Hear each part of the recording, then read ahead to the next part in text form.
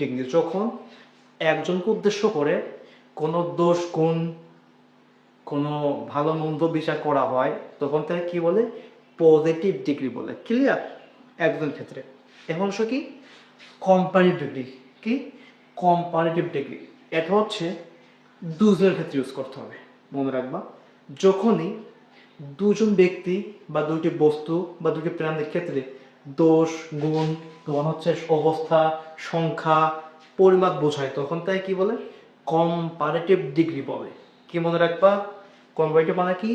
দুজনের ক্ষেত্রে যখনই দেখবা যে দুজনের ক্ষেত্রে যখনই দেখবা যে দুইটি বস্তু বা দুজন ব্যক্তি বা দুটি প্রাণীর মধ্যে বা দুইটি কিছুর মধ্যে যদি দোষ গুণ অবস্থা পরিমাপ নির্ণয় করা হয় তখন তাই কি বলে?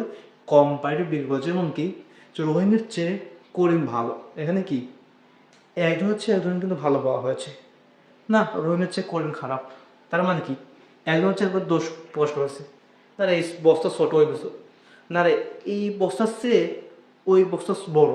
এখানে কি জাস্ট মনে রাখবা, দুইটি প্রাণী দুইটি বস্তু বা দুজন ব্যক্তির মধ্যে যখনই কোনো দোষ কোন পরিমাপ কোনো কিছু তুলনা করা হবে তখনই মনে করবা যে ওইটা কম্পারেটিভ ডিগ্রি। ঠিক আছে?